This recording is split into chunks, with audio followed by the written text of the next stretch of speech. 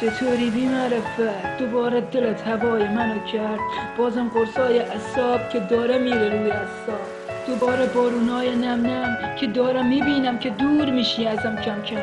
من تو این هوای بیرون که دارم قدم میزنم با یه روح داغون. من چشات خاطره دارم زیر نم نم بارون، ببار بارون که دل امیر شده دریای خون.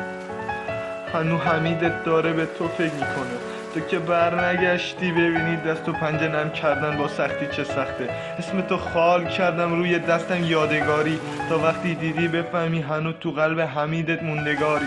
قلبت انگار مسافر خونه بود که هر کی از راه رسید جا کرد تو.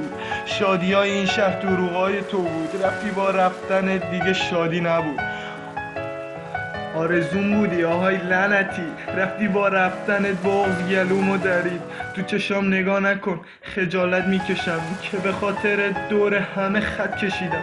بیت المال شدی منم حروم خور نیستم، بی خیال این حرفا من آدم بشو نیستم. حس کردم تو زندگیت زیادیم، تو هم که داری میری از حالا آینده تو دیدم. اسم تو توی خوابم میگم بازنگاهی، ولی نمیدونستم که تو مغرور خود خواهی. تا کی تو خیالم با تو دنیامو بسازم؟ از وقتی که رفتی دارم ترانه های غمگین میسازم. از بسکی که گفتی دوست دارم مردم چشممون زدن، نیستی ببینی بعد رفتنت دارم رگامو میزنم. ببینی پشت سرم مردم چه حرفا میزنن، بعد رفتنت چوبشونو تو سر من میزنن. نوش باورش باسم خیلی سخته که اون منو تنها گذاشته رفته.